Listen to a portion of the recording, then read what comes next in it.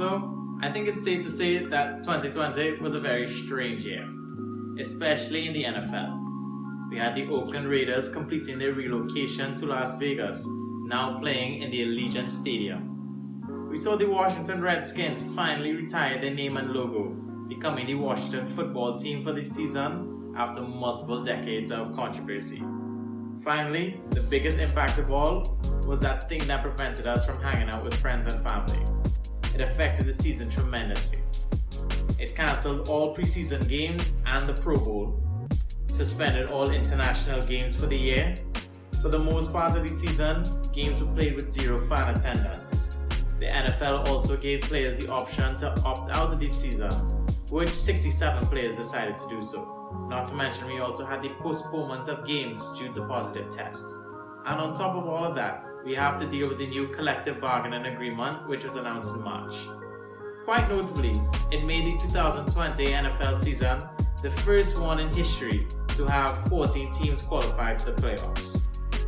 Also, it made the 2020 season the last season to have a 16-game regular season, as it's moving to 17 games next season. But I'm not going to be talking about those lucky 14 teams that made the postseason.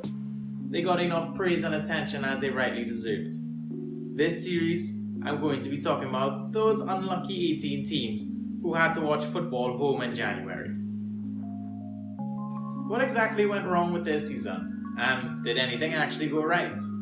Do they have anything to look forward to? I'll be looking at that and more, so why don't you join me as I review their 2020 season. In this week's episode, we'll be looking at the 2020 season of the New York Jets.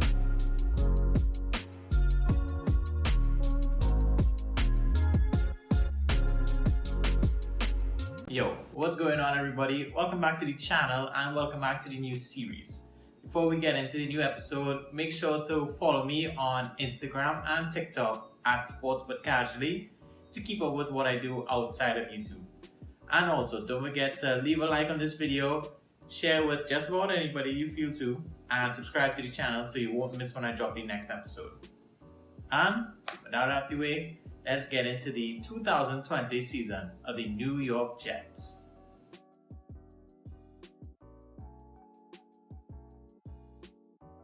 For the past decade, the Jets have been rather forgettable.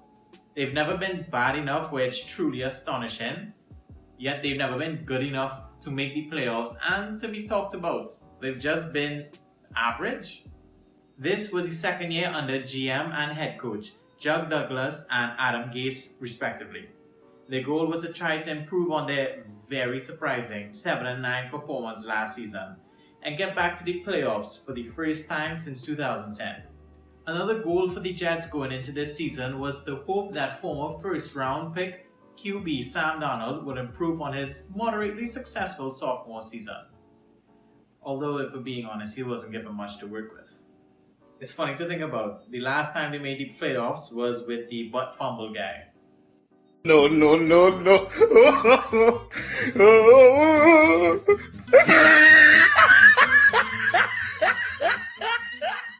Yeah, that guy.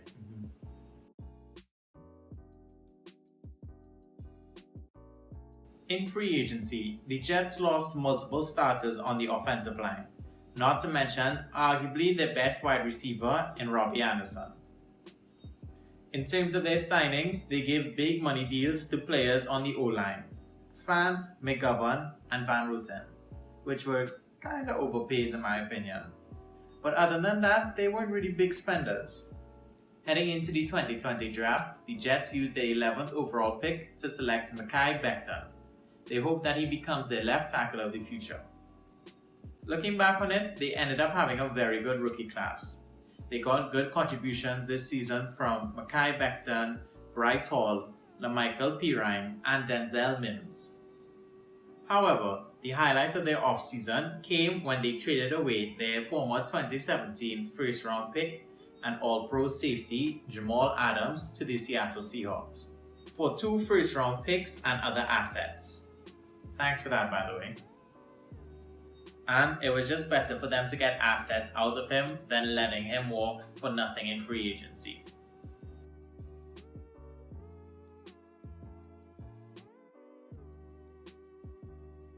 When it comes to the 67 players who opted out of the 2020 season, the Jets had 3 players opt out. Most notably was their linebacker CJ Mosley. He was a big signing for them in 2019, but he only played 2 games for them before suffering a groin injury, which sidelined him for the season. So this essentially means that in 2 seasons, CJ Mosley signed a record deal and played 2 games for them. And unfortunately, the New York Jets had to play home games in front of an empty MetLife Stadium, as per the orders of the New York Governor, Phil Murphy.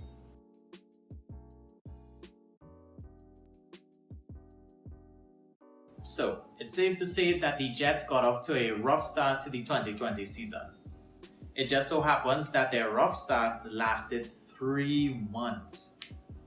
That's right, the Jets started off the season with 13 straight losses, which included 8 of them being by 10 or more points.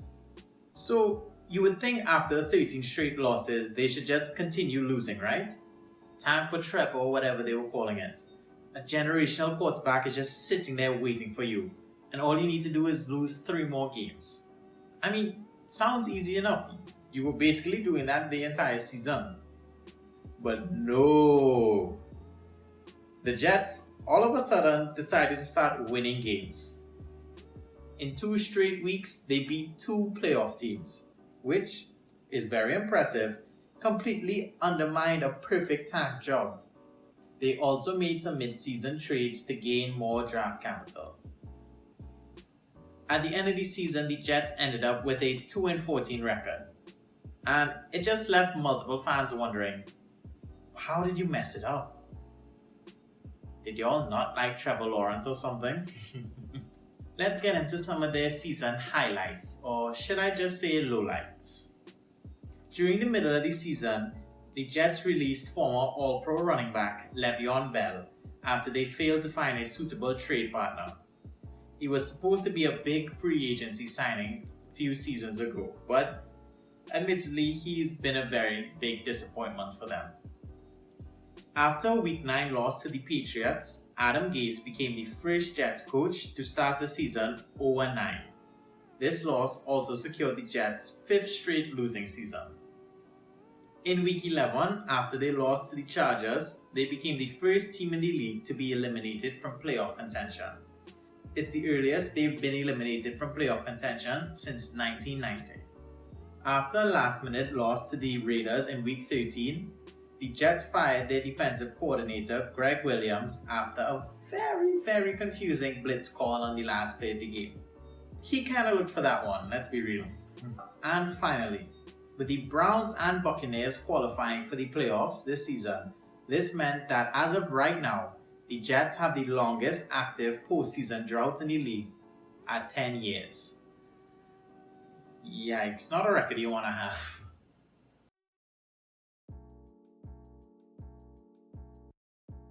Let's get into the 2020 season stats for the Jets. In terms of overall offense, they were dead last. Wow. This was pretty bad. But when you get to their overall defense, they ranked 26th in the league, which is surprising. I would have expected them to be a little lower. Just average to below average in some categories. They were good against the run, as you can see that, ranking 12th in the league. But when you look at the advanced stats on offense now, well, just bad. I wouldn't say this offense was historically bad, but it was definitely one of the worst I've ever watched in a while. And switching to the advanced stats on defense, you can see that this team blitzed a lot. They've got decent hurry percentage and pressure, but you just wish that with all that blitzing they did, they would have had more sacks to show for it.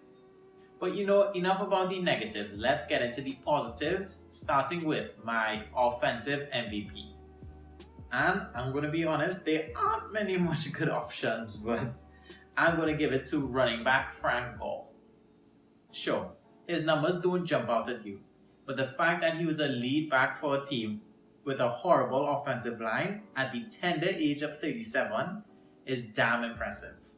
It's always a pleasure watching a future Hall of Famer at work. He was 16th in the league in rushing attempts this season, and he was one of two running backs who was 35 and older to play this season, the other being Adrian Peterson. And for this team's defensive MVP, I'm going to give it to safety Marcus May. In his first season without Jamal Adams, it was only natural that May would have been targeted more. But with the increased pressure, he managed to step up his game. He allowed the second lowest passer rating on the team, not to mention the lowest completion percentage when targeted. He also set or tied career highs in every single statistical category except solo tackles.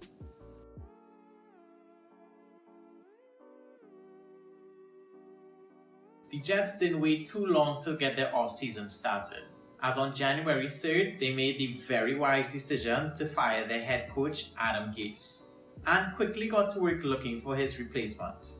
And they would do just that on the 14th of January, as the Jets decided to hire Robert Saleh to be their new head coach. He formerly served as the defensive coordinator for the San Francisco 49ers. For free agency, the NFL set their salary cap at $182.5 million, and teams were allowed to roll over their unused cap space from the previous season. This means the Jets walked into the 2021 free agency with the second most cap space available in the league, with $69 million before franchise tagging. They signed multiple free agents, mainly on the defensive side, to help improve their roster. Let's hope guys like Carl Lawson, Corey Davis, Sheldon Rankins, and Justin Hardy will make good additions to the gangrene. Right before the 2021 draft, the Jets traded former first-round pick QB Sam Darnold to the Carolina Panthers.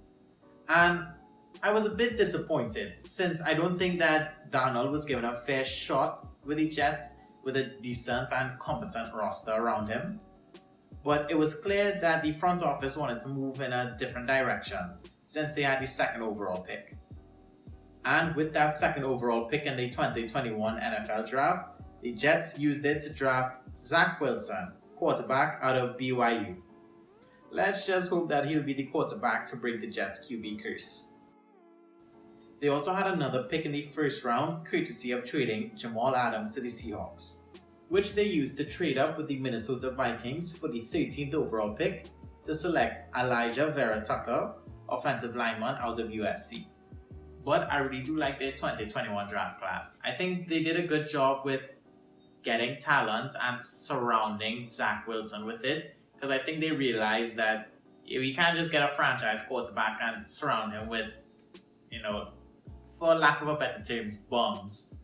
So they got some talent, they invest in the offensive side.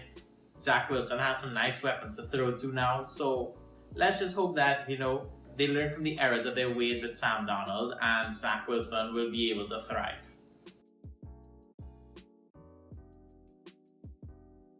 Well, let's just hope that these rookies, these free agents, not to mention the new head coach, can help lead the Jets in a positive forward direction. I think what I want to see from them this season is developing their talent, especially Zach Wilson. I don't think this season they would be winning much, but I do think they'll be competitive. So, I don't know. I have them winning. I have them going 4-13 this season. But what did you guys think of their 2020 season? And do you think they've done enough to set themselves up for success in the 2021 season? Let me know what you guys are thinking and what your predictions are for the Jets in the comments below. And that's a wrap, everybody. That was episode 2 of my 2020 NFL season review. Next time, join me for episode 3, where we'll be discussing the 2020 season of the Houston Texans. Later, everybody. Stay safe.